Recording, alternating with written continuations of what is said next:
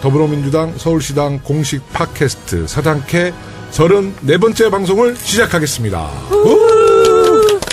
네, 안녕하세요. 저는 서당캐 진행자 김용호입니다. 오늘 방송 저와 함께 만들어갈 진행자 소개해드리겠습니다. 한국사회여론연구소 이은영 소장님 나오셨습니다. 예, 안녕하세요. 오랜만에 뵙습니다. 예, 저와 함께 만들어갈 진행자. 진행자가 네. 이게 좀 잘못된 거 아닌가요? 아니, 맞죠. 고정 진행자 되셨으니까. 네. 네, 많은 경쟁자들을 뚫고 네. 이제 고정 진행자 되셨습니다. 네, 감사합니다.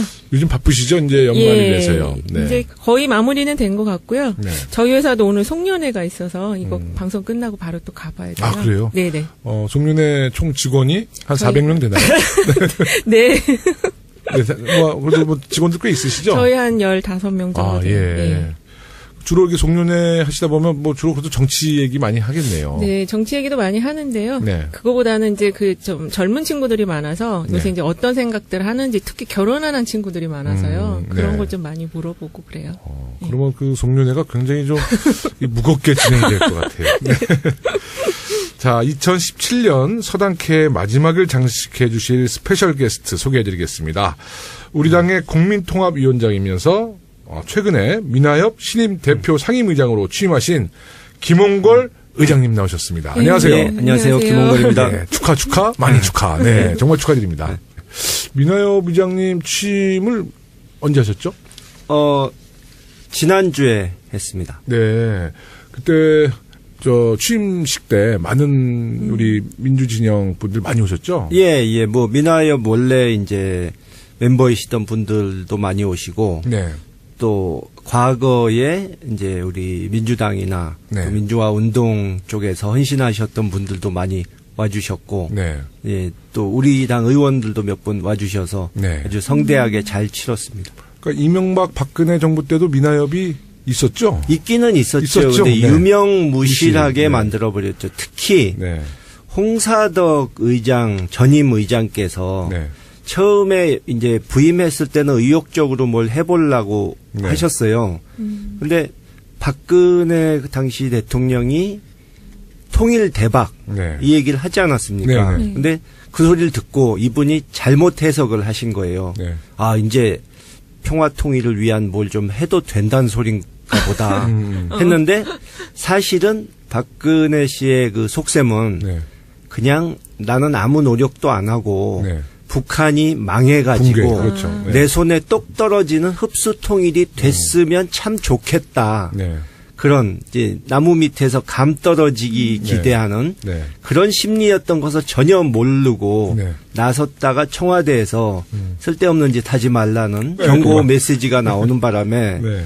이제 그 후로 완전히 이 침체 상태로 들어갔죠. 네. 그러니까 이명박 박근혜 정부 때 민하협의 또 활동에 대한 이야기를 거의 못 듣다가 이제 우리 김홍걸 의장님께서 이제 취임하시고 나서 우리 많은 국민들이 거는 기대가 큰 것 같아요. 네. 민하협이 1998년도에 만들어졌죠. 내년이면 20돌이 되는 네. 해입니다. 아주 중요한 시기에 어려운 책무를 맡게 됐는데요. 이제 앞으로 좀 민하협에 대한 좀 활동, 어떤 구체적인 활동이 있습니까? 예, 원래 이제 만들어진 취지는 네.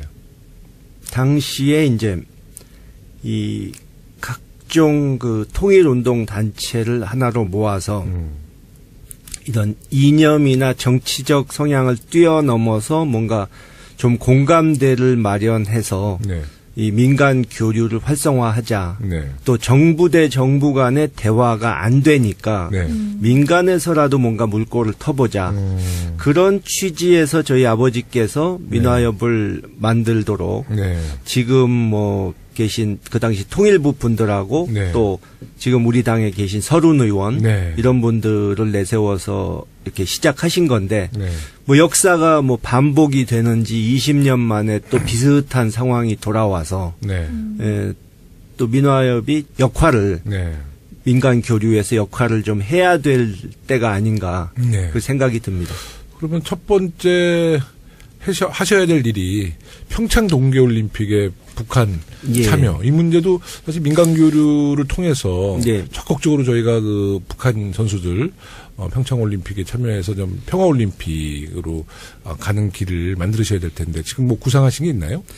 예, 일단 뭐 국내적으로는 평창 동계 올림픽을 전후해서 이런 평화 연대 회의 네. 이런 것을 계획하고 있고요. 네.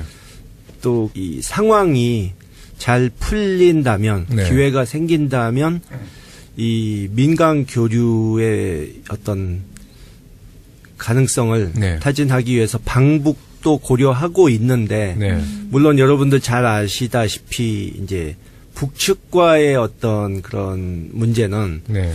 변수가 워낙 워낙 여기저기 많죠. 네. 많기 때문에 네. 뭐 확정이 되기 전까지는 뭐 알 수가 없죠. 네. 네. 저는 뭐 평창 올림픽에 대해서 모든 우리가 지금 원하는 것은 북측도 참여하고 네. 또 이 중국, 일본 등도 정상급이 와가지고 정말 명실상부한 동북아 평화를 위한 장이 벌어지기를 바라는데 네. 뭐 한 우리가 바라는 것의 한 60-70%까지는 최소한 이루어지지 않을까 하는 기대를 하고요. 얼마 전에 뭐 보도가 났는데 뭐 북한의 리수용 네. 네. 네. 그분이 평창 올림픽을 그 방해하고 분위기를 깰 생각은 없다.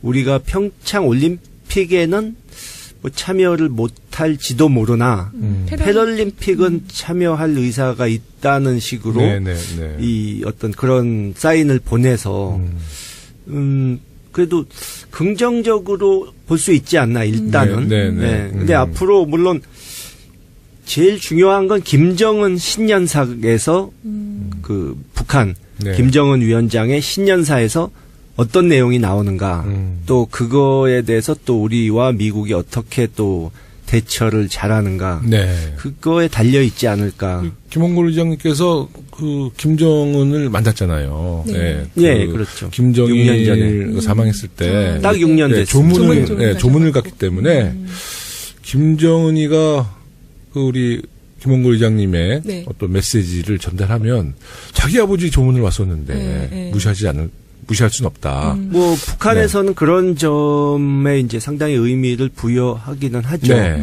우리 김일성, 김정일, 김정은 이 세 그 당 그쪽의 지도자로 이어지는 네네. 그 유훈 통치가 네, 되는 네, 나라니까. 네네. 예. 네. 그래서 한번 좀 메시지를 잘 전달하시고요. 저 방북할 때 저도 좀 데리고 가요. 저도 거기 북한에 네, 네. 저 북경대 우리 동문들, 북한 동문들이 그렇죠. 많아요. 네. 또 북한을 좀 잘 아는 사람이 가야 돼요. 네, 네. 맞습니다. 김홍걸 박사님, 네. 김용. 저 이윤영 소장님도 저도 데려가 주세요. 이윤영 소장님이 여기서 북한 사람 안다라면 이제 고정간첩으로 또 찍히게 되니까. 북한 사람 아는 사람 없죠. 없습니다. 탈북자 말고는. 네. 네네. 저 이윤영 여론조사도 소장- 네. 좀 가서 하게 좀 아, 데려가 여론조사요? 주세요. 네. 거기 무응답 많이 나올 거예요. 무응답이 많이 나올 거예요.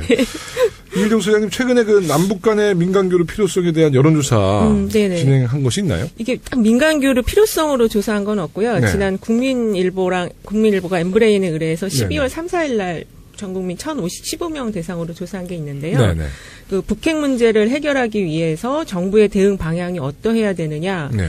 이렇게 물어봤는데 대화 협상을 통해 평화적으로 해결해야 한다는 게 63.5%였고요. 63.5%. 예, 그리고 네. 군사적 해법 등 강경책으로 대응해야 한다라는 거는 32.1%로 좀 네. 적게 나왔어요. 그래서 국민들께서 어쨌든 대화 협상을 통해서 지금 문제를 좀 평화적으로 해결해야 한다라고 보고 계시기 때문에 네. 네, 이러한 방법론으로 민간 교류가 이루어지면 네. 거기에 대해서 공감을 많이 하실 것 같아요. 네. 예. 근데 이제 여기서 이제 약간 지금 조금 이제 좀 주의 깊게 봐야 되는 게 20대 젊은 층 같은 경우는 그 평화적인 해결보다는 조금 이제 좀 강경책으로 대응해야 한다는 게 다른 연령대보다 좀 높았거든요. 네, 20대. 이거 왜 예. 그럴까요? 그러니까 아직은 20대가 이 북한에 대한 특히 이제 북핵 문제가 있다 보니까 그 군대 문제라든지 그 이제 전쟁의 가능성에 대한 그 두려움 같은 게 좀 많이 있고 20대 남자 같은 경우는 그 과정에서 이제 군대 문제라든지 이런 것들이 있어서 좀 상당히 부정적인 좀 인식을 많이 갖고 있는 것 같아요. 거기다가 그 20대라 그러면 이제 그 이명박 박근혜 정부가 10년 네, 정부였잖아요. 그렇죠. 그 안에서 그러니까 그 초중고 네네. 학교 다닐 때 그 당시 두 정부의 그렇죠. 그러니까 평화적인 한반도 해결이 아니라 굉장히 강경한 강경책, 입장에 강경책에 그렇죠. 대한 네. 일관적인 뭐 정부에 대한 방침 또 교육 예. 뭐 현상에 의해서 좀 이렇게 북한에 대한 이해도 또 그렇죠. 통일 대한민국에 대한 어떤 관심도가 좀 많이 떨어지는 것 같아요. 저도 그런 얘기를 많이 하는데요. 6.15 정상회담 이후에 벌어졌던 그런 남북 간의 긍정적인 네.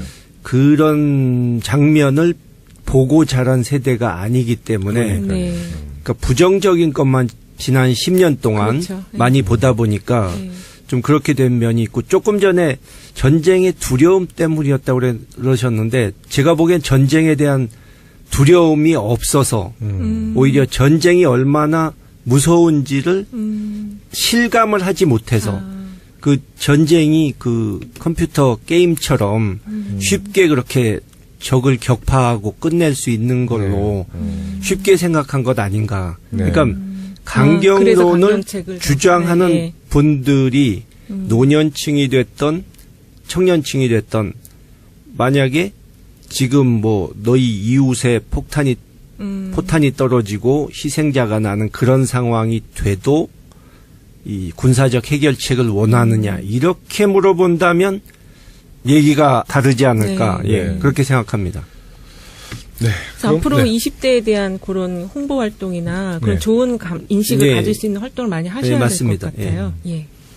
뭐 정말 통일 없는 대한민국의 미래는 없다고 봐야죠. 그렇죠. 예. 네, 그래서 우리 정말 5천만 국민들 모두가 이제 통일이 우리의 또 염원이고 또 통일을 이뤄내기 위해서 뭐 인내도 필요하지만 또 우리 국력도 키워서 좀 자주적인 통일 꼭 좀 우리가 좀 이뤄냈으면 하는 바람이고요. 이제 정치 현안에 대한 이야기도 좀 시작해 보겠습니다. 예.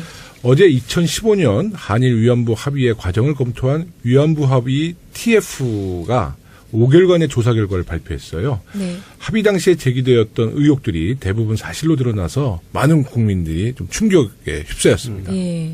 그때 뭐 한참 합의문 나왔을 때 뭐 이면 합의에 대한 의혹 제기가 예. 많이 나왔는데 그렇죠. 그때 그랬었죠. 뭐 당시 청와대나 박근혜 정부 때 청와대나 뭐 윤명세 장관이 공개적으로 이면 합의 없다. 네. 뭐 자신 있게 얘기했었거든요. 예. 근데 지금 이면 합의에 대한 내용들이 지금 나오고 있어요. 네. 네. 우리 뭐 전 사실 예상했었어요. 이면 합의가 있었을 것이다. 네, 뭐 저도 마찬가지고요. 네. 뭐 저는 너무 예상했던 내용이라 네. 충격은 아닌데 다시 한번 정말 우라통이 터지는 네. 어떻게 이럴 수가 있나. 그러니까 이 위안부 합의를 이렇게 일본에게 덥석 줘버린 바람에 네. 네. 이 다시 돌이키기도 쉽지 않고 네. 정말 대못을 박아버리고 사라진 거 아닙니까? 네. 네. 그러니까 정말 국민 입장에서 네. 기가 막히는 일이죠. 네. 네. 네. 그 이면 합의에 대한 주요 내용 우리 이윤영 수장님 일단은 네. 그 주장한 것과 관련해서 일본 정부 책임을 법적 책임으로까지 끌어내지 못한 점이 있었고요. 네. 그다음에 이제 공식적인 사과가 아닌 점이 또 있고, 네. 그다음에 그 최종적 불가역적으로 해결될 것이라고 했는데 사실은 그게 좀 양국 간의 그 인식 차이가 좀 있는 부분이 있고요. 네. 예, 이런 것들 좀 들 수 있을 것 같아요. 그러니까 뭐 일본 측에서는 한국 정부가 앞으로 성노예라는 단어를 쓰지 않기를 좀 희망한다. 뭐 이런 네. 내용들이 좀 있었던 것 같고요. 예. 뭐 소녀상 문제도 네, 그렇고. 소녀상 예. 문제도 예. 더 이상 이제 거론하지 않았으면 한다라는 네. 이야기도 나왔고 또 박근혜 정부에서 그 당시 그 위안부 문제를 유네스코에 등록하려고 추진하다가 또 맞아요. 중간에 그것도 포기하거든요. 뭐 이런 문제도 이면 합의에 영향이 미쳤다는 이야기도 나오고요. 네. 그런데 지금 아베 총리가 네. 오늘 아마 아마 측근들에게 네. 우리 TF에서 발표한 이면 합의에 관련돼서 이제 한국 정부가 문제 제기하니까 자기들은 이 합의에 대해서 1mm도 양보하지 않겠다. 네. 뭐 이렇게 뭐 자기 누구를 통해서 이야기를 했다고 그래요.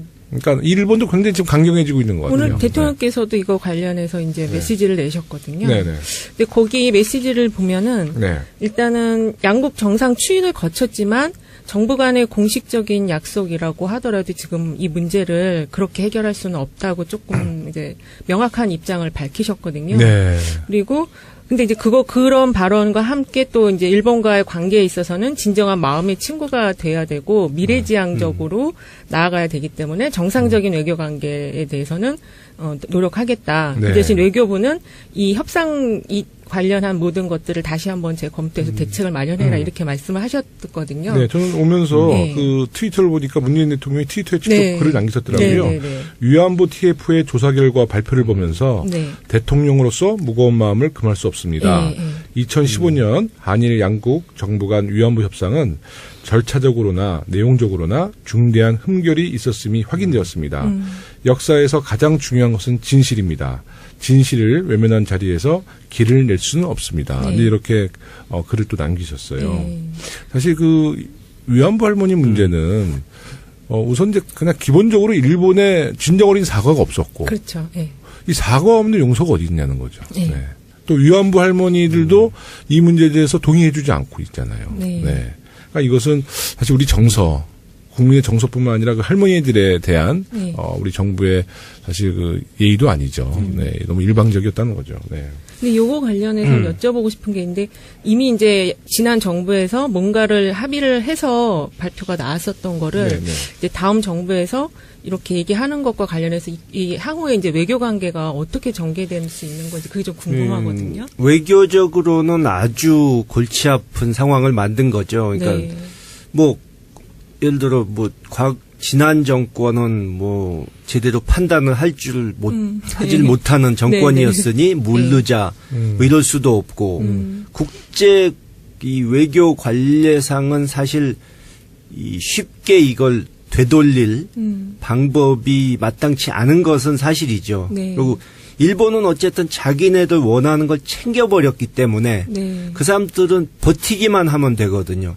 그러니까 최근에 이 대중관계, 대일관계를 비교하면 참 어떻게 보면 이상한 모습이 됐는데 중국은 사드 배치 문제로 우리에게 상당히 서운해하고 뭐 제재도 하고 했는데 네. 그래도 뭐 어쨌든 못마땅한 걸 참고 아무래도 그래도 한중 관계가 이렇게 가서는 안 되겠다는 생각을 하고 이 문재인 대통령을 국빈 방문하도록 네. 하고 이제 관계 개선 방향으로 일단 돌렸는데 반대로 이제 가해자 측이었던 일본이 지금은 우리에게 오히려 큰 소리를 치는 저 사람들은 뭐 한번 합의해 놓고 바꾸자고 하니 이게 상식적으로 돼 있을 수 있는 얘기냐 하면서 국제사회에다가 이 한국이 마치 한심한 사람들이란 식으로 얘기를 하고 뭐 지금 제가 외교관 한 분한테 듣기로는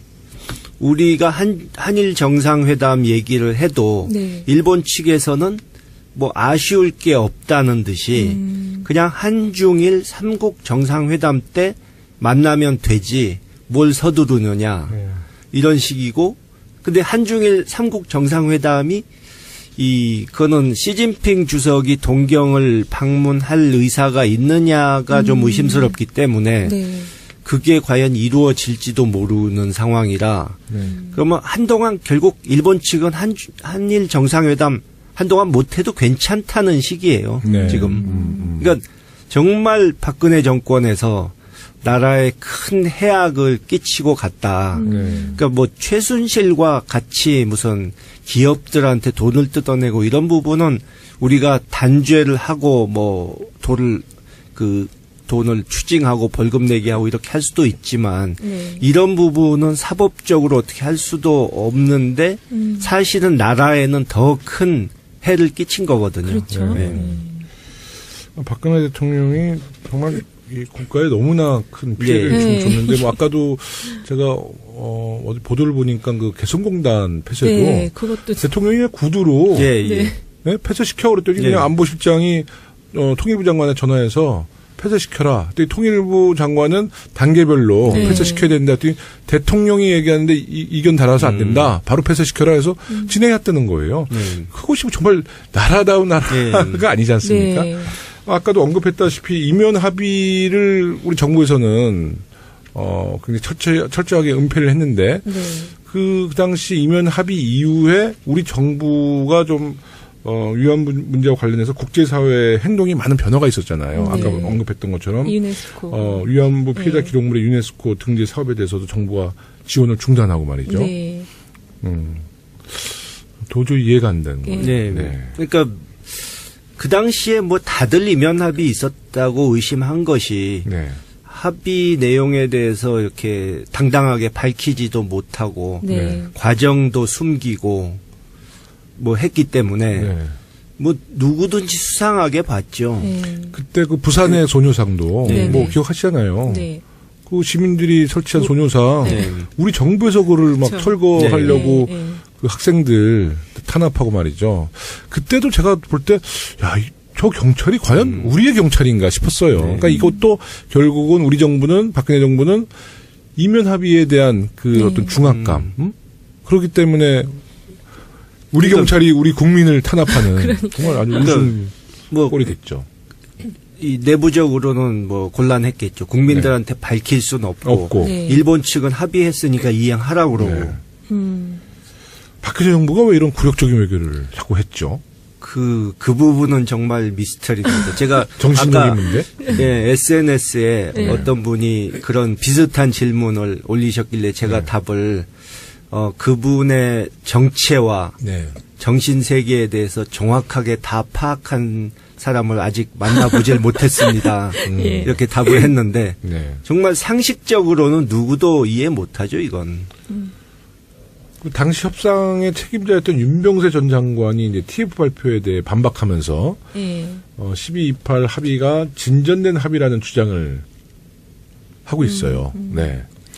뭐 할 말이 없겠죠. 일단 그렇게 변명이라도 해야지. 그렇죠. 네. 근데 뭐 그동안에 그러면 그렇게 당당하면 네. 그동안에 왜 합의 내용들을 공개를 안 하고 숨겼는지 네.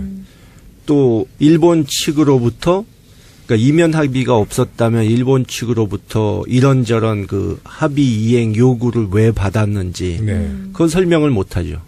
그렇죠. 일본도 참 후한무치한 거예요. 아까 말씀하신 것처럼 지금 가해자가 네. 자기들이 지금 정지를 내고 있는데 독일하고 많이 비교되잖아요. 너무 비교되죠. 네.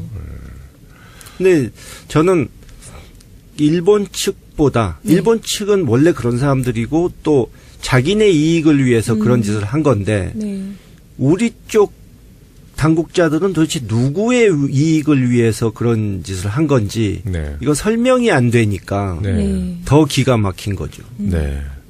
지금 강경화 장관은 위안부 합의의 재검토 의지를 피력했는데 이제 일본은 이제 거기에 계속 그 한일 관계가 관리가 불가능해질 것이다. 네, 그러면서 네. 또 경고성 발언을 계속 쏟아내고 있거든요. 네. 좀 한일 관계가 앞으로 좀 냉각기를 갖게 될 것 같아요. 네. 우리의 입장은 어떻게 해야 됩니까?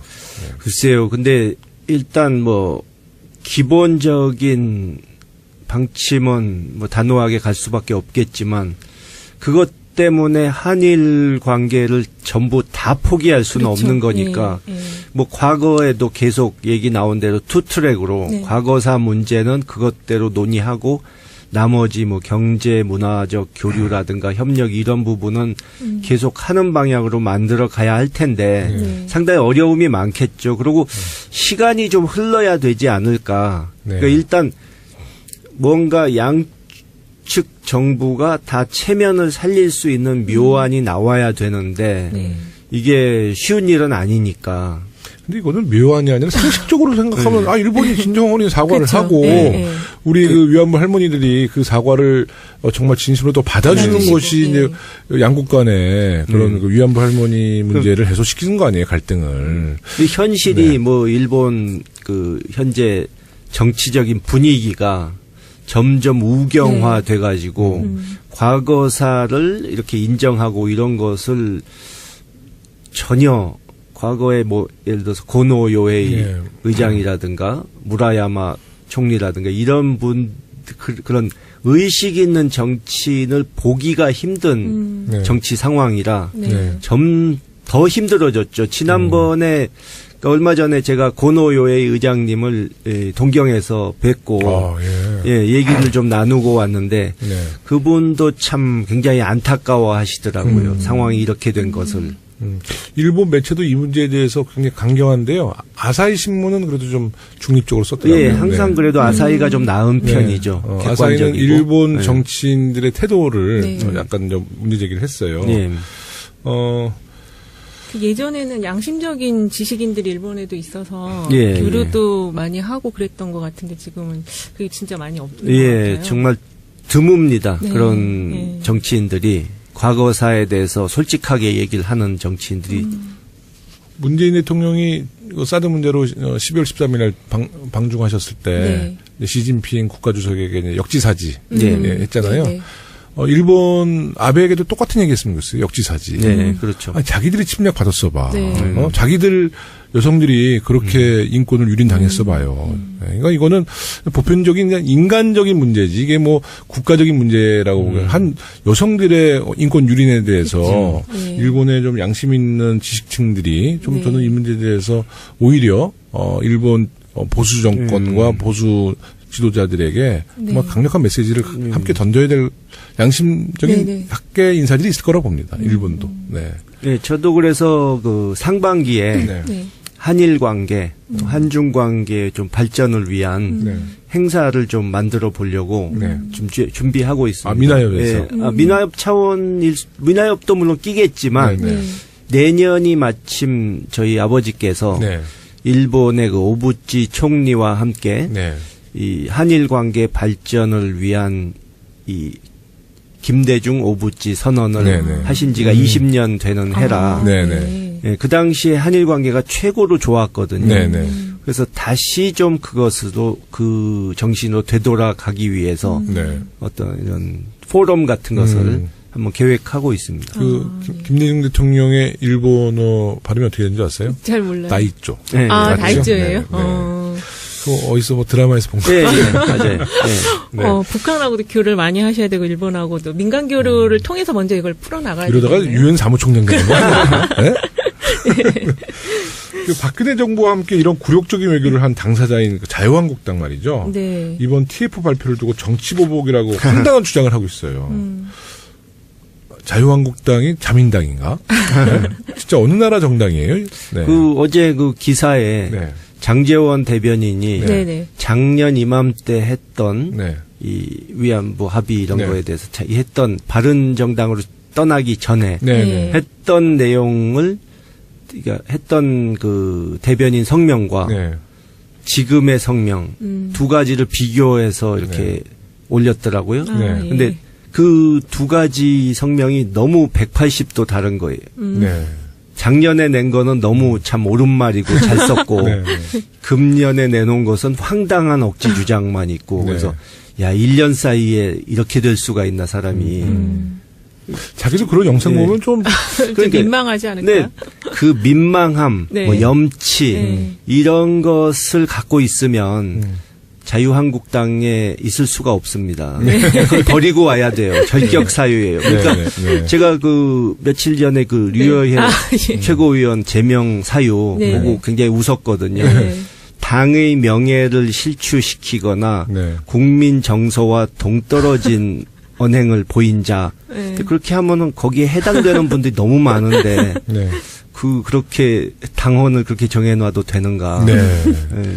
류여애 씨에 대한 여론조사는 아직 아직 없죠. 많이 근데 뭐 여론조사를 같이는 아, 없는데. 인지도가 굉장히 높아졌대요, 이번에 지금.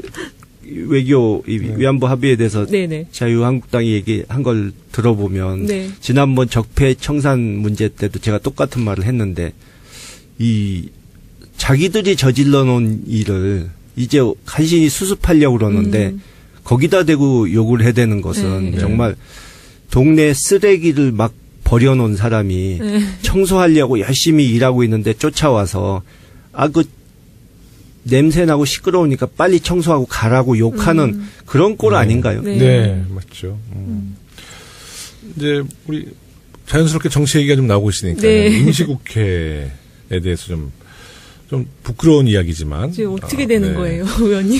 아니, 그 12월 임시국회가 아무런 결과를 내지 네. 못했어요. 네. 정말 우리 여당 국회의원으로서 국민들께 정말 죄송할 뿐이지만 좀 이유가 좀 있습니다. 뭐 잘 아시지만 본회의가 개최 못하는 것은 이제 개헌특위의 연장 문제거든요. 네, 그 시기 문제라고 네, 맞나요? 그러니까 자유한국당이 사실 개헌에 대해서 굉장히 적극적이었어요. 예. 네. 근데 이제 내년 지방선거와 동시투표를 네. 그 당시는 다 분위기가 이제 내년 우리 대통령의 또 공약이셨고 네, 네, 내년 6월에 지방선거에 동시투표를 통해서 개헌을 하자. 네. 예전엔 이견이 없었는데 지금 그 자유한국당 자체의 여론이 워낙 지금 낮고 네. 또 국민들로부터 불신받고 네. 또 6월 선거에서 우리 국민투표를 함께 붙이게 되면 이제 자유한국당 입장에서는 문재인 대통령 정부의 중간평가를 좀 하고 싶은데 이게 중간평가보다는 여론 개헌이 개헌을 힘을 이제 실어주는 개헌 형태가 정국이 되는 되니까. 거죠. 예, 네, 예, 분위기가. 예. 근데 그것 때문에 이제 뭐 당리장략이죠. 네. 선거에 불리하다는 이유로 네. 이제 자꾸 보이콧하는 거예요. 네. 근데 제가 뭐 제 자랑하려는 건 아니지만 자랑 많이 하셔도 돼요. 이 방송은 자랑하는 방송. 네, 작년 이맘때에 네네.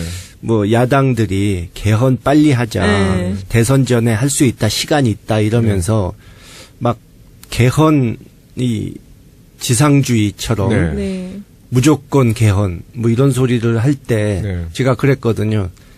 그 제대로 된 개헌을 해야지 네.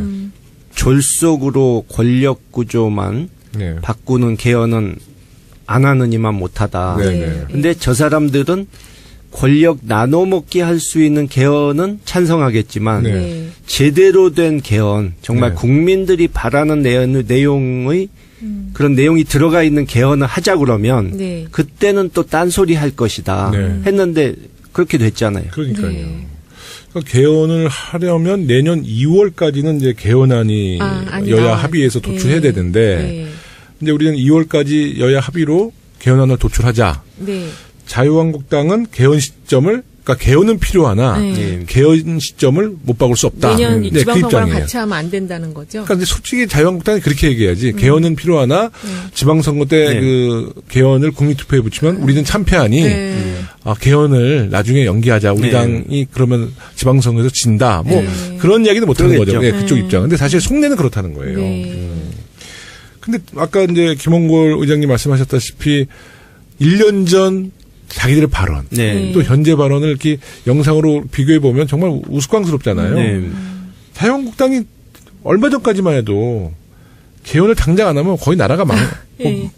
망할 것 같다, 뭐 이런 식이었거든요. 자유한국당의 적은 자유한국당입니다. 네. 과거 이 발언을 다시 네. 꺼내.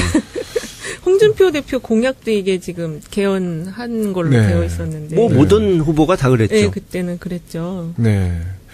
개헌특위가 국회도 있는데 지금 1년 동안 네. 운영해왔지만 큰 성과를 만들어내지 못했어요. 네. 이런 상황에서 그 국민들이 개헌특위에서 뭘 했는지 모르잖아요. 네. 네. 하도 된 게 없어가지고. 그러니까요. 그리고 이제 지난 방송에서도 저희가 이야기했지만 이제 개헌에 대한 이제 국민들의 관심도가 이제 좀 많이 좀 올라가야 될 것 네, 같아요. 네. 네. 정말 개헌 헌법이야말로 우리 실생활에 네. 공기와 같은 네. 네, 그런 존재이기 때문에 뭔가 결정적인 좀 계기가 있어야 하지 않을까. 네. 근데 이 개헌안 때문에 지금 민생 법안도 같이 연동돼서 처리가 안 되고 있다는 크게 게 문제라는 맞나요? 거죠. 네. 근데 그러니까 개헌 때문에 네. 자유한국당 야당이 그냥 국회 모든 의사 일정을 다 중단시키고 보이콧 놓는 거예요. 아무것도 못하게 하는 거예요. 네. 민생 법안 네. 오늘 또 이 역시 주옥 같은 네. 명언 퍼레이드를 지금 이 자유한국당에서 예. 벌리고 있는데 네. 오늘은 또 김성태 원내대표께서 네. 우원식 대표가 민생 법안이라도 좀 빨리 처리하자 이러니까 야당은 국정에 책임이 없다. 우리 책임 아니다. 근데 책임이 없으면 권한도 없어져야 되는 것 아닌가요? 맞죠. 네. 네. 근데 맞습니다. 이분들은 보면 옛날에 이 국민의 정부, 참여정부 때도 그분들 야당하는 거 봤지만 네. 일단 야당이 돼버리면 갑자기 영원히 여당할 생각 없는 사람들처럼 행동을 해요. 네. 뭐 옛날에 노무현 대통령 때도 네. 장관 청문회 해야 된다고 막 네. 그래가지고 노무현 대통령이 그래 그거 줘라. 네, 네. 나중에 자기들 집고 나면 네. 후회할 거다 네. 했는데 그렇게 됐지 않습니까? 네. 청문회 때문에 국정 운영을 못 하겠다고 막 울부짖을 수준까지 되지 않았습니까? 네. 네. 그 뒷일을 생각 안 하고 사는 사람들 같아요. 네. 제가 볼 때는 이 정권 교체가 돼서 제일 지금 좋아하는 분들이 우리 공직자들 같아요. 공무원. 네. 국정감사 우리가 야당 때 네. 국정감사나 뭐 청문회 하면 네. 우리 공직자분들이 굉장히 긴장했거든요. 네. 준비도 많이 하셔야 되고. 준비도 하고 이제 저희가 전투력이 좀 있으니까. 네. 요즘 이제 저희가 여당 되니까 네. 야당 의원들이 사실 전투력이 굉장히 떨어져요. 네. 그리고 굉장히 집을 빨리 가고 싶어하는 약간 신데렐라병 같은 게 좀 있는 것 같아요. 그래요? 6시 되면 밥 먹어야 되고 빨리 끝내려고 그래요. 지난번에 우리 그 선거관리위원장 청문회 했는데도 우리 야당 때는 늦게까지 했거든요. 네. 근데 고맙게도 그냥 뭐 빨리 끝내자고 해서 그냥 빨리 끝내드렸는데 공무원들은 좋아하지. 그렇죠. 좋아하죠. 국회에서 뭐 이렇게 공격하는 것도 보면 정확하게 표적에 조준해서 쏘는 게 아니고 네. 어두운 데서 그냥 아무데나 난사한 맞아요. 후에 하나쯤 맞겠지 뭐 이런 태도더라고요. 그렇죠. 그래서 이 더불어민주당이 집권하고 네. 이제 그 자유한국당 야당 네. 이 체계가 우리 대한민국의 미래를 굉장히 밝게 하는 것 같아요. 이 네. 체계가 영원히 가야 될 네. 것 같아요. 공무원들도 안정되고 네. 국가도 안정되고. 네. 그래서 저는 자유한국당이 네. 여당보다는 야당의 역할을 그냥 계속 네. 했으면 좋겠다. 네, 그런 얘기를 좀 하고 싶고요. 네. 그 국회에서 개헌안을 마련하지 못해서 네. 정부안이라도 이제 개헌안을 좀 발의한다는 이야기가 나오고 있어요. 근데 이게 국회에서 도출하지 정부안이 못하니까. 가도 다시 또 국회에서 통과시켜줘야 되는 거 아닌가요? 그래도 이제 어느 정도 중심은 잡히는 거죠. 이 개헌안이라는 것이 나오니까 지금 우리는 개헌안 안 자체를 자체가 도출을 네, 못하니까 그렇죠. 네, 네. 어떻게 생각하세요? 우리 정부에서도 개헌안을 좀 직접 발의한다고 생각하십니까? 물론 뭐 냈을 때 3분의 2 표를 얻기가 쉽지 네. 않겠죠. 네. 그러나 저쪽에서 그런 식으로 지연 작전을 쓴다면 네. 국민들께 제대로 된 개헌안을 일단 보여드리고 네. 그 국민들의 지지를 얻기 위해서라도 한번 시도는 해볼 가치는 있다고 생각합니다. 그러니까 얼마나 답답하면 네, 네? 이런 이야기가 나오겠습니까? 예, 그럼 좀 주제를 다시 네. 국민의당 이야기를 저희가 조금씩 언급하는데 예. 우리 안철수 전문가 우리 김홍걸 우리 의장님 오셨으니까 국민의당 이야기를 제발 내년 6월에는 이 안철수 전문가 안 해도 될 상황이 오길 바랍니다. 네, 안철수 전문가 아니시면 이 서당캐에서 잘 안 불러줄지 몰라요. 네, 그 현재 국민의당이 전당원 투표가 진행되고 있어요. 예, 이게 좀- 통합 반대 측에 가처분 신청이 있었는데 네. 뭐 가처분 신청은 이제 기각된 거죠? 그렇죠. 네, 그래서 투표는 예정대로 진행되고 있어요. 예. 결과는 우리 이은영 소장님 어떻게 예측됩니까? 지금 오늘 5시 투표율이 16.96%였거든요. 네, 근데 저는 이게 지금 보니까 반대 그쪽 이제 통합 반대하는 의원님들이 적극적으로 홍보를 하고 있는데도 나쁜 투표. 예, 나쁜 투표. 참여하지 말자. 예. 근데도 이 정도면 지금 높은 수준이라고 보시더라고요. 네.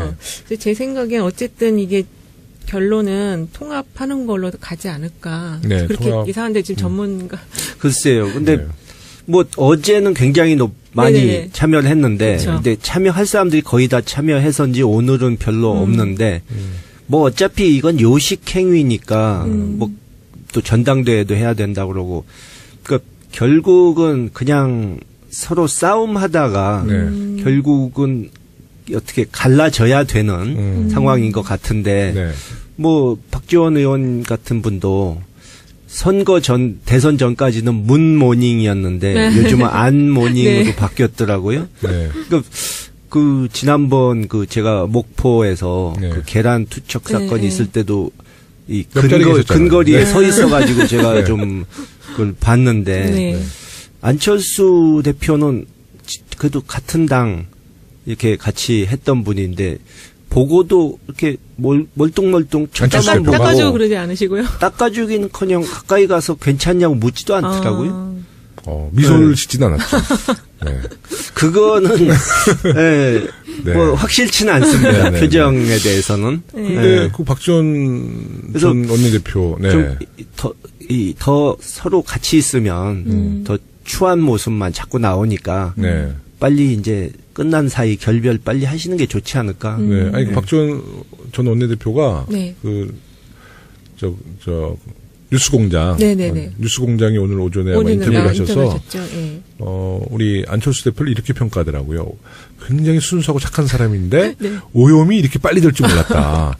차라리 연예인을 했으면 잘했을 것이다. 네. 이런 인터뷰를 했어요. 네. 근데 7개월 전에는 문재인 대통령이 이렇게 선출되면 네. 나라 망하고 네. 안철수 후보가 선출돼야 우리나라가 살 수 있다고 네. 그러셨는데 네. 너무 빨리 이게 바뀌는 거 아닌가요?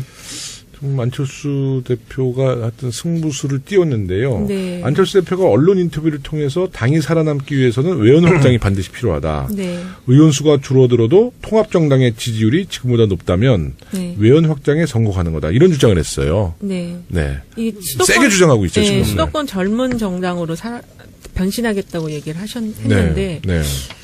과연 가능할지는 모르겠어요. 네. 오늘 바른정당의 무슨 모임에 안철수 대표가 참석하셨거든요. 네. 막 거기서 막 안철수 화이팅 막 나오고. 네. 네. 이미 통합됐어, 거기. 아, 그래요? 저는 이 예언을 또 한번 하자면 네.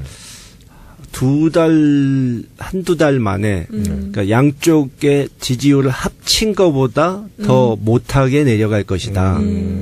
합치면 한 지금 12% 정도, 예, 예. 그보다 더 아래로. 예. 그리고 오늘은 좀 반어법을 자주 쓰게 되는데 네. 예. 소통과 화합의 정치인으로 유명한 네. 안철수, 유승민 두 분이 이렇게 합쳐지면 네. 어떤 상황이 벌어질지 참 흥미진진합니다. 이건 예언이 아니라 저주인데. 근데 김홍걸 회장님이 이렇게 말씀하면 잘 맞아요. 아, 그러니까요. 흔히 김홍걸의 저주라고 하지. 네. 이번에 가처분 신청에 서명한 통합반대 의원들이 주로 이제 호남 의원을 네. 주축으로 해서 한 20여 분 정도 됐죠. 네. 통합 반대 측 입장에서는 상당히 의미가 있는 숫자고요. 20명의 의원들이 실제로 국민의당의 네. 주도적인 그쵸. 네, 네. 세력인데, 근데 이분들이 이번에 참여를 안 하게 되면 예. 거기는 통합 반대파당이 또 새로 출연하는 건가요? 어떻게 되는 건가요? 글쎄요, 국민들은 솔직히 네. 어느 쪽 반대파와 찬성파가 국민의당에서 몇 명씩 갈라지느냐. 솔직히 국민들은 별로 관심도 없습니다. 그냥 네. 제발 그만 추한 꼴 그만 좀 보여줬으면 네. 좀 조용히 해줬으면 하는 바람이실 텐데 네. 굳이 분석을 하자면 네. 이제 결국은 비례대표 의원들을 어떻게 나눠 갖느냐가 문제인데 이제 제가 안철수 대표 입장이라면 그냥 보기 흉한 모습 보여주지 말고 싫다고 하는 비례대표 의원들은 떠나갈 수 있도록 해주겠습니다. 왜냐하면 데리고 있어 봐야 맨날 싸움만 하지 좋을 게 없거든요. 네. 그럼 출당을 시키는 거. 그런 거라도 그러면 해주는 의원직은 게 유지된다면서요? 정치 도의상 서로 깨끗하게 이혼해라 이거죠. 네. 지저분한 꼴을 보이지 말고. 제가 오늘 점심에 이제 언론인들이랑 같이 식사를 했는데 네. 20여 명의 통합 반대 측 네. 중진 의원들, 호남을 기반한 중진 의원들이 조금 목리나 그런 네. 어떤 강경한 입장이 조금 수그러들고 있대요. 아, 그래요? 몇 분들이. 그래서 실제로 통합이 되면 네. 잔류할 수 있는 의원들도 또 늘어날 수 있는. 늘어날 것이다. 주승용 의원 같은 분은 네. 솔직히 탈당, 복당 네. 해서 경력이 화려하거든요. 네. 그래서 본인은 이제 탈당엔 지쳤다. 어느 쪽으로 기울든 네. 자기는 안 움직이겠다. 이러셨다고 그러더라고요. 그게 보도가 나왔나요? 아니면 전원인가요? 어디서 들었는데 네. 비슷한 보도도 본 것 같아요. 네. 네. 그래서 기자분들도 얘기가 지금 강경한 입장의 몇몇 중진들이 네. 결국은 몇 분들은 그냥 흐름에 따라서 잔류해서 또 바른정당과 통합 쪽으로 갈 것이다 이렇게 예측하는 분들도 있더라고요. 그러니까 제가 전에 얘기했던 또 그 예언했어? 얘기죠. 아니 한두 달 전에 얘기했잖아요. 그 당의 그 당 의원들의 모토는 네. 나만 살고 보자. 당이야 어떻게 됐던 네. 나부터 살고 보자기 때문에 네. 이 행동 통일이라든가 뭐 이런 단합이라든가 이런 것은 맞아요. 기대하면 안 된다. 그러니까 아마 그렇게 될 것 같아요. 이 통합 직전이나 통합 네. 되자마자 이제 여론이 발표될 거 아니에요, 여론조사가. 네, 네. 근데 예를 들어서 뭐 12% 이상 네. 나왔다. 네. 그러면 이제 많은 의원들이 잔류할 가능성이 그러겠죠. 높죠. 그러니까 네. 나만 살고 네. 보자. 이제 김홍고 의장님 말씀처럼. 근데 결국은 전당원 투표 결과에 따라서 만약에 그 통합이 결정이 됐어요. 네. 그러면 지금 반대하는 20여 명의 의원들이 끝까지 네. 그 반대 의사를 처리하지 않고 끝까지 반대를 할 경우에는 그분들은 어떻게 되는 겁니까? 그러면 이제 거의 포트피플 되는 건데. 네. 글쎄, 이 정당사에 네. 없었던 정말 희한한 장면이 나올 수도 있겠죠. 그러니까 20명이 되면, 그러니까 20석이 되면 원내 교섭단체 되는 거 교섭단체로 또 아니에요? 신당을 만들까요? 그럴 아니면 수도 있죠. 아, 그럴 수도 있어요? 일단 원내 교섭단체가 아닌 무소속으로 있는 거는 불편하니까. 그렇죠. 예. 근데 만약에 20석이 안 되고 뭐 한 14석 정도 된다. 그러면 더 복잡해지겠네. 할 그렇죠. 데가 없는 거 못 아니야? 나가죠, 그러면. 네. 안에서 그럼 반대하는 뭐 그들은 그냥 포트피플이에요? 네. 그냥 배 타고 막 떠돌아다니다가 어떻게 되는 거예요, 그러면? 네. 근데 정말 이런 일은 유례 없는 네. 전례가 없기 때문에 예상을 한다는 것 자체가 그리고 전혀 체질이 다른 이 바른정당과 네. 국민의당 통합도 흔치 않은 일이고 예. 일단 안철수 대표 같은 정치인이 우리 역사상 없었거든요. 네. 그렇기 때문에 정말 예측하기 힘든 거죠. 아마 네. 전문가들 중에도 자신 있게 얘기하는 분 없을 겁니다. 네. 네. 바른정당도 이제 자한당으로 또 복귀하는 세력이 또 있을 거예요. 그러니까 이게 바른정당은 그 지역의 기반 때문에 뭐 네. 영남 이런 기반 때문에 바른정당의 의원들도 자한당으로 복귀하려는 세력이 네. 있고 그렇죠. 국민의당은 또 바른정당으로 복귀하는 세력이 있어서 이게 다 이렇게 꼬여 있는데 국민의당도 그 민주당으로 올려놓은 분도 있지 있죠. 않을까요? 있는데 네. 그렇죠. 이 지금 이 안철수, 유승민 그 두 의원의 지금 생각은 2등을 하겠다는 거지. 지금 자한당을 밀어내고 자기들이 예, 예. 이득하겠다는 보수 거지. 경제. 예. 네. 그 홍준표 대표가 점점 네. 이 자유한국당 지지 세력을 예. 아주 극우로? 극우만 예, 예. 남도록 네. 예. 이렇게 자꾸 만들어 가니까 네. 외연 확대는 전혀 안 되고 하니까 보수 쪽에서 이탈이 많다 네. 이렇게 보고 그쪽을 우리가 다 끌어오자 네. 하는 그런 계산이 있는 것 같은데 네. 뭐 계산은 계산이고 현실은 또 다를 수 있는 거죠. 근데 네. 그 바른정당 의원들 중에 네. 그러니까 결국 안철수 대표나 그쪽이나 어차피 합당해서 잘 된다는 자신이 있는 게 아니고 가만히 있으면 죽으니까 네. 그래도 이래주거나 저래주거나 한번 시도나 해보자 네. 이런 거기 때문에 뭐 일단 지금은 조용히 있더라도 가만 보니까 했는데 신통치 않다 효과가 이러면은 에이 역시 자유한국당으로 돌아가자 네. 이럴 사람도 나올 수 있죠. 그 홍준표 대표가 굉장히 극우 성향이지만 예. 또 이제 극우 정당을 말은 뭐 신보수 만들겠다고 네. 근데 극우 정당을 표방하잖아요. 근데 홍준표 대표가 자기 같은 극우를 만나면 그러니까 그게 바로 유효잖아요. 자기가 감당을 못하는 거예요. 내쫓잖아요, 그냥. 그러니까 이 극우가 네. 통제와 관리하기가 어렵다는 거를 모르는 것 같아요. 하여튼 홍준표 대표 뭐 잘 극우 정당 잘 만드시길 바라겠고요. 그 국민의당 바른정당이 합친 이제 새 정당이 네. 지방선거에서도 이제 성과를 좀 낼 수 있을까 또 이런 이야기들을 하는데 이제 네. 아까 언급했다시피 지금 2위 싸움이거든요. 네, 그러니까 네. 영남에서는 그 새로운 정당이 이제 지키는 거? 1위를 좀 해서 네, 네, 몇 네. 군데 좀 지방선거에 성과를 내고 싶어하고 네. 또 수도권에서는 기초의원들이 뭐 주로 중대선거구제니까 그렇죠. 네, 네. 거기서도 이제 몇 석을 좀 만들어내겠다 이제 네. 이런 의지 아니겠어요? 그렇죠. 네. 예, 예. 굉장히 복잡합니다. 네. 복잡한데 이번에 보니까 그 지난번에 계속 얘기했던 홍정욱 그 전 네. 의원이 불출마 선언을 네. 했어요. 네. 그리고 홍준표 대표가 영입하려는 그 안대희 네, 대법관도 안대희, 네. 불출마하겠다고 뭐 해서 장재영 의원 친형. 예, 네. 예, 거기도 그렇고 그래서 전체적으로 지금 지방선거 전략에 이제 한국당 쪽이 좀 빨간불이 켜졌거든요. 네.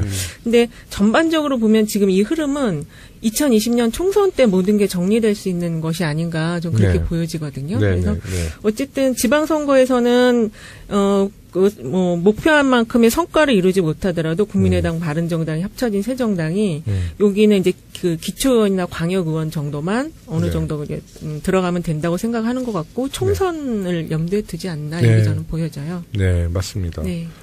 벌써 이제 마칠 시간이 됐습니다. 우리 김홍걸 의장님은 1부 마치시고 네. 다시 또 이제 1부로 가셔야죠. 네. 2017년도 마지막 방송이 될 것 같아요. 네, 우리 청취자분들께 덕담 한마디 해주시죠. 네. 우리 청취자 여러분들 중에도 작년에 이제 촛불 집회에 열심히 나오셔가지고 정권 교체를 하는데 큰 힘을 주셨던 분들이 많으실 것으로 생각합니다. 네. 여러분들 덕분에 정권 교체가 되고 이제 하나둘씩 적폐청산이 돼가는 모습을 보게 됐는데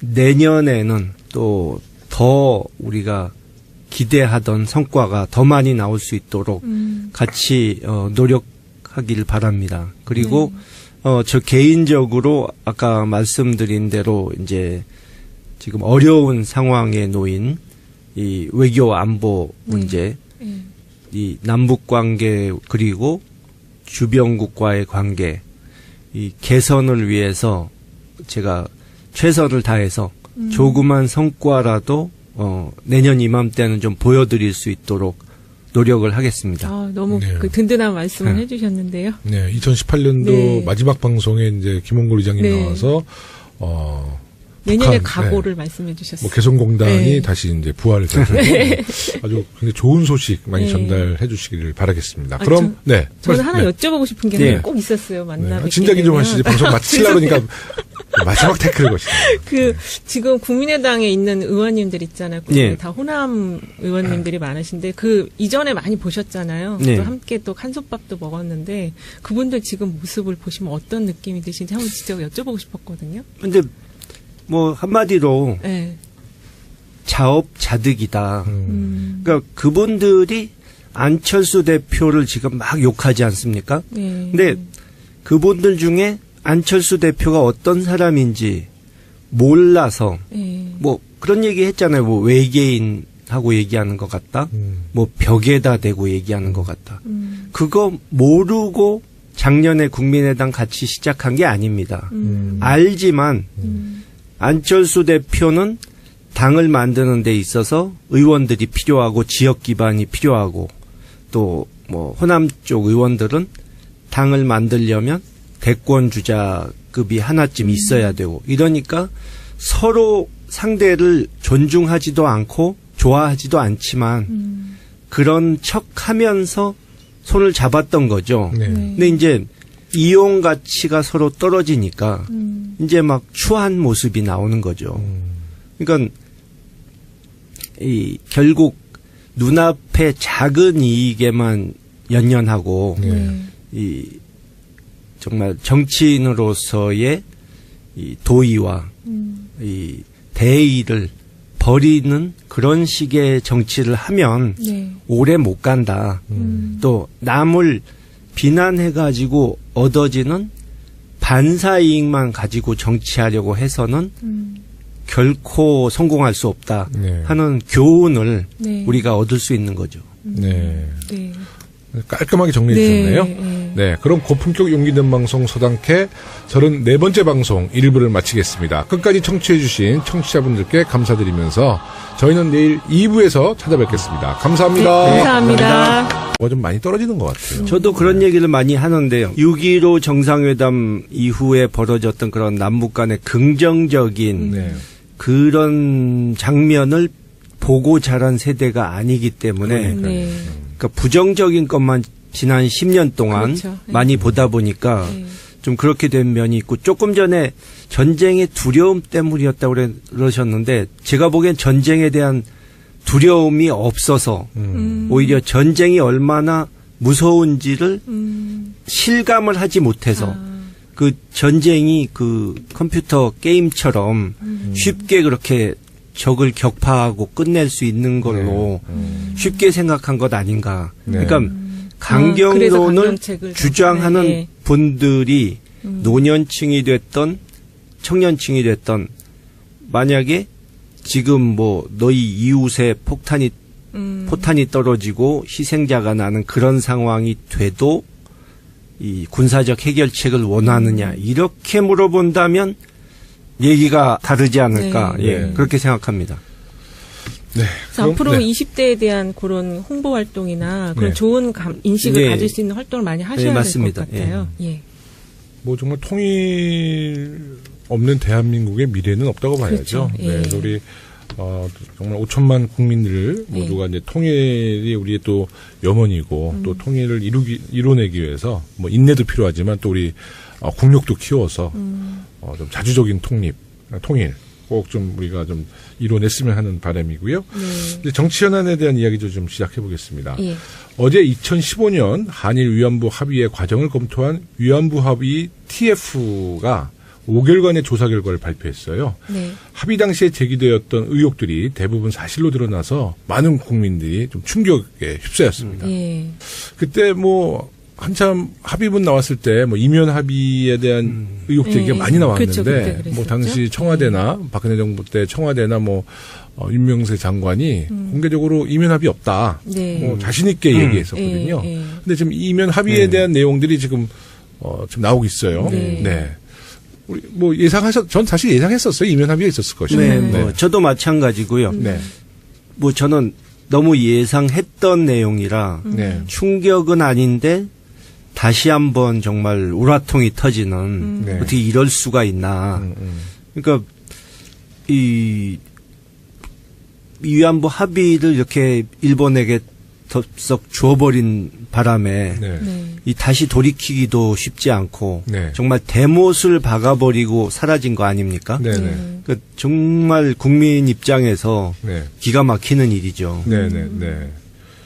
그 이면 합의에 대한 주요 내용 우리 이윤영 소장님 일단은 네. 그 주장한 것과 관련해서 일본 정부 책임을 법적 책임으로까지 끌어내지 못한 점이 있었고요. 네.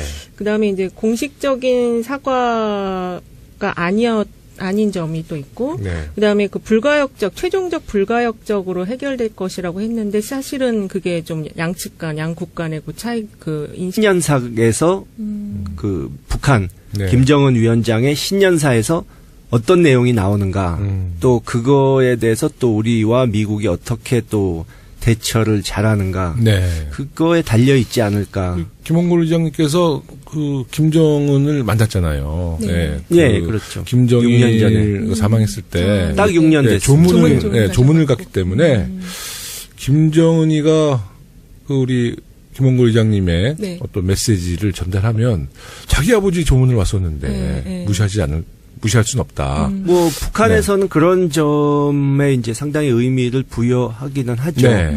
우리 김일성, 김정일, 김정은 이 세 그쪽의 지도자로 이어지는 네, 네, 네. 그 유훈 통치가 네, 되는 네, 나라니까. 네, 네, 네. 예.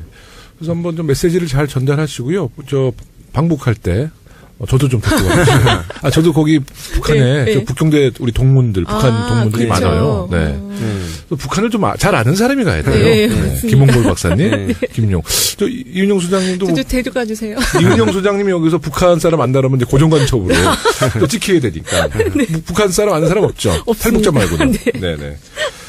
저 이윤영 여론조사도 소장- 네. 좀 가서 하게 좀 아, 데려가 여론조사요? 주세요. 네. 거기 무응답 많이 나올 거예요. 무응답이 많이 나올 거예요. 이윤정 소장님 최근에 그 남북 간의 민간교류 필요성에 대한 여론조사 네네. 진행한 것이 있나요? 이게 딱 민간교류 필요성으로 조사한 건 없고요. 네. 지난 국민일보가 엠브레인에 의뢰해서 12월 네네. 3, 4일 날 전 국민 1,015명 대상으로 조사한 게 있는데요. 네네. 그 북핵 문제를 해결하기 위해서 정부의 대응 방향이 어떠해야 되느냐 네. 이렇게 물어봤는데 대화 협상을 통해 평화적으로 해결해야 한다는 게 63.5%였고요. 63.5%. 예, 그리고 네. 군사적 해법 등 강경책으로 대응해야 한다라는 거는 32.1%로 좀 네. 적게 나왔어요. 그래서 국민들께서 어쨌든 대화 협상을 통해서 지금 문제를 좀 평화적으로 해결해야 한다라고 보고 계시기 때문에 네. 이제 이러한 방법론으로 민간 교류가 이루어지면 네. 거기에 대해서 공감을 많이 하실 것 같아요. 네. 예. 근데 이제 여기서 이제 약간 지금 조금 이제 좀 주의 깊게 봐야 되는 게 20대 젊은 층 같은 경우는 그 평화적인 해결보다는 조금 이제 좀 강경책으로 대응해야 한다는 게 다른 연령대보다 좀 높았거든요. 네, 20대. 이거 왜 예. 그럴까요? 그러니까 아직은 20대가 이 북한에 대한 특히 이제 북핵 문제가 있다 보니까 그 군대 문제라든지 그 이제 전쟁의 가능성에 대한 그 두려움 같은 게 좀 많이 있고 20대 남자 같은 경우는 그 과정에서 이제 군대 문제라든지 이런 것들이 있어서 좀 상당히 부정적인 좀 인식을 많이 갖고 있는 것 같아요. 거기다가 그 20대라 그러면 이제 그 이명박 박근혜 정부가 10년 네, 정부였잖아요. 그렇죠. 그 안에서 그러니까 그 초중고 네네. 학교 다닐 때 그 당시 두 정부의 그렇죠. 그러니까 평화적인 한반도 해결이 아니라 굉장히 강경한 강경책, 입장에 강경책에 그렇죠. 대한 네. 일관적인 뭐 정부에 대한 방침 또 교육 예. 뭐 현상에 의해서 좀 이렇게 북한에 대한 이해도 또 통일 대한민국에 대한 어떤 관심도 큰 것 같아요. 네. 민화협이 1998년도에 만들어졌죠. 내년이면 20돌이 되는 네. 해입니다. 아주 중요한 시기에 어려운 책무를 맡게 됐는데요. 이제 앞으로 좀 민화협에 대한 좀 활동, 어떤 구체적인 활동이 있습니까? 예, 원래 이제 만들어진 취지는 네. 당시에 이제 이 각종 그 통일운동 단체를 하나로 모아서 이런 이념이나 정치적 성향을 뛰어넘어서 뭔가 좀 공감대를 마련해서 네. 이 민간 교류를 활성화하자. 네. 또 정부 대 정부 간의 대화가 안 되니까 네. 민간에서라도 뭔가 물꼬를 터보자. 그런 취지에서 저희 아버지께서 민화협을 만들도록 네. 지금 뭐 계신 그 당시 통일부 분들하고 네. 또 지금 우리 당에 계신 서른 의원 네. 이런 분들을 내세워서 이렇게 시작하신 건데 네. 뭐 역사가 뭐 반복이 되는지 20년 만에 또 비슷한 상황이 돌아와서 네. 또 민화협이 역할을 네. 민간 교류에서 역할을 좀 해야 될 때가 아닌가 네. 그 생각이 듭니다.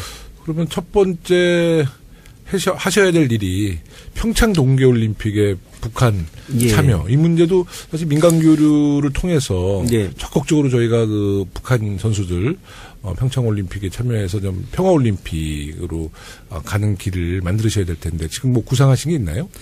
예, 일단 뭐 국내적으로는 평창 동계올림픽을 전후해서 이런 평화연대 회의 네. 이런 것을 계획하고 있고요. 네. 또 이 상황이 잘 풀린다면 네. 기회가 생긴다면 이 민간 교류의 어떤 가능성을 네. 타진하기 위해서 방북도 고려하고 있는데 네. 물론 여러분들 잘 아시다시피 이제 북측과의 어떤 그런 문제는 네. 변수가 워낙 워낙 여기저기 많죠. 네. 많기 때문에 네. 뭐 확정이 되기 전까지는 뭐 알 수가 없죠. 네. 네. 저는 뭐 평창 올림픽에 대해서 모든 우리가 지금 원하는 것은 북측도 참여하고 네. 또 이 중국, 일본 등도 정상급이 와가지고 정말 명실상부한 동북아 평화를 위한 장이 벌어지기를 바라는데 네. 뭐 한 우리가 바라는 것의 한 60-70%까지는 최소한 이루어지지 않을까 하는 기대를 하고요. 얼마 전에 뭐 보도가 났는데 뭐 북한의 리수용 네. 네. 네. 그분이 평창 올림픽을 그 방해하고 분위기를 깰 생각은 없다. 우리가 평창 올림픽에는 뭐 참여를 못할지도 모르나 패럴림픽은 참여할 의사가 있다는 식으로 네. 네. 네. 이 어떤 그런 사인을 보내서 그래도 긍정적으로 볼 수 있지 않나 일단은. 네, 네. 근데 앞으로 물론 제일 중요한 건 김정은 신 차이가 좀 있는 부분이 있고요. 네. 예, 이런 것들 좀 될 수 있을 것 같아요. 그러니까 뭐 저 일본 측에서는 한국 정부가 앞으로 성노예라는 단어를 쓰지 않기를 좀 희망한다. 뭐 이런 네. 내용도 좀 있었던 것 같고요. 예. 뭐 소녀상 문제도 네, 그렇고. 소녀상 네. 문제도 네. 더 이상 이제 더 거론하지 않았으면 한다라는 네. 이야기도 나왔고, 또 박근혜 정부에서 그 당시 그 위안부 문제를 유네스코에 등록하려고 추진하다가 또 맞아요. 중간에 그것도 포기하거든요. 뭐 이런 네. 문제도 이면 합의에 영향이 미쳤다는 이야기도 나오고요. 네. 그런데 지금 아베 총리가 네, 네. 오늘 아마 아마 측근들에게 네.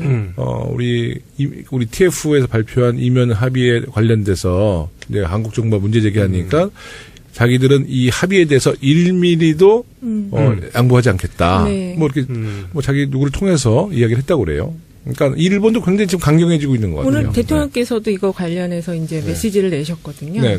근데 거기 메시지를 보면은 네. 일단은 양국 정상 추인을 거쳤지만 정부 간의 공식적인 약속이라고 하더라도 지금 이 문제를 그렇게 해결할 수는 없다고 조금 이제 명확한 입장을 밝히셨거든요. 네. 그리고 근데 이제 그런 발언과 함께 또 이제 일본과의 관계에 있어서는 진정한 마음의 친구가 돼야 되고 미래지향적으로 나아가야 되기 때문에 정상적인 외교 관계에 대해서는 노력하겠다. 네. 그 대신 외교부는 이 협상 관련한 모든 것들을 다시 한번 재검토해서 대책을 마련해라 이렇게 말씀을 하셨거든요. 네, 저는 오면서 네. 그 트위터를 보니까 문재인 대통령이 트위터에 직접 네. 글을 남기셨더라고요. 네, 네, 네. 위안부 TF의 조사 결과 발표를 보면서 네. 대통령으로서 무거운 마음을 금할 수 없습니다. 네, 2015년 한일 양국 정부 간 위안부 협상은 절차적으로나 내용적으로나 중대한 흠결이 있었음이 확인되었습니다. 역사에서 가장 중요한 것은 진실입니다. 진실을 외면한 자리에서 길을 낼 수는 없습니다. 네. 근데 이렇게 글을 또 남기셨어요. 네. 사실 그 위안부 할머니 문제는 우선 이제 그냥 기본적으로 일본에 진정 어린 사과가 없었고, 그렇죠. 네. 이 사과 없는 용서가 어디 있냐는 거죠. 네. 네. 또 위안부 할머니들도 이 문제에 대해서 동의해주지 않고 있잖아요. 네. 그러니까 이것은 사실 우리 정서, 국민의 정서뿐만 아니라 그 할머니들에 대한 네. 우리 정부의 사실 그 예의도 아니죠. 네, 너무 일방적이었다는 거죠. 네. 근데 요거 관련해서 여쭤보고 싶은 게 있는데 이미 이제 지난 정부에서 뭔가를 합의를 해서 발표가 나왔었던 거를 네, 네. 이제 다음 정부에서 이렇게 얘기하는 것과 관련해서 이 향후에 이제 외교 관계가 어떻게 전개될 수 있는 건지 그게 좀 궁금하거든요. 외교적으로는 아주 골치 아픈 상황을 만든 거죠. 그러니까 네. 뭐 예를 들어 뭐 지난 정권은 뭐 제대로 판단을 할 줄 하질 네. 못하는 정권이었으니 모르자 뭐 이럴 수도 없고 국제 이 외교 관례상은 사실 쉽게 이걸 되돌릴 방법이 마땅치 않은 것은 사실이죠. 네. 그리고 일본은 어쨌든 자기네들 원하는 걸 챙겨버렸기 때문에 네. 그 사람들은 버티기만 하면 되거든요. 그러니까 최근에 이 대중관계 더불어민주당 서울시당 공식 팟캐스트 사당캐 34번째 방송을 시작하겠습니다. 네, 안녕하세요. 저는 서당캐 진행자 김용호입니다. 오늘 방송 저와 함께 만들어갈 진행자 소개해드리겠습니다. 한국사회여론연구소 이은영 소장님 나오셨습니다. 예, 안녕하세요. 오랜만에 네. 뵙습니다. 예, 저와 함께 만들어갈 진행자. 진행자가 네. 이게 좀 잘못된 거 아닌가요? 아니, 맞죠. 고정 진행자 되셨으니까. 네, 많은 경쟁자들을, 뚫고. 네. 이제, 고정, 진행자 되셨습니다. 네, 감사합니다. 요즘 바쁘시죠? 이제 연말이 돼서요. 네. 이제 거의 마무리는 된 것 같고요. 네. 저희 회사도 오늘 송년회가 있어서 이거 방송 끝나고 바로 또 가봐야 돼요. 아, 그래요? 네네. 송년회 총 직원이 한 저희- 400명 되나요? 네. 네, 그래도 뭐 직원들 꽤 있으시죠? 저희 한 15명 정도 아, 예. 돼요. 네. 주로 이렇게 송년회 하시다 보면 뭐 주로 그래도 정치 얘기 많이 하겠네요. 네, 정치 얘기도 많이 하는데요. 네. 그거보다는 이제 그 좀 젊은 친구들이 많아서 요새 네. 이제 어떤 생각들을 하는지 특히 결혼한 친구들이 많아서요. 그런 네. 걸 좀 많이 물어보고 그래요. 그러면 그 송년회가 굉장히 좀 무겁게 진행이 될 것 같아요. 네. 자, 2017년 서당캐의 마지막을 장식해 주실 스페셜 게스트 소개해드리겠습니다. 우리 당의 국민통합위원장이면서 최근에 민하협 신임 대표 상임의장으로 취임하신 김홍걸 의장님 나오셨습니다. 안녕하세요. 네, 안녕하세요. 김홍걸입니다. 네, 축하, 많이 축하. 네, 정말 축하드립니다. 민하협 의장님 취임을 언제 하셨죠?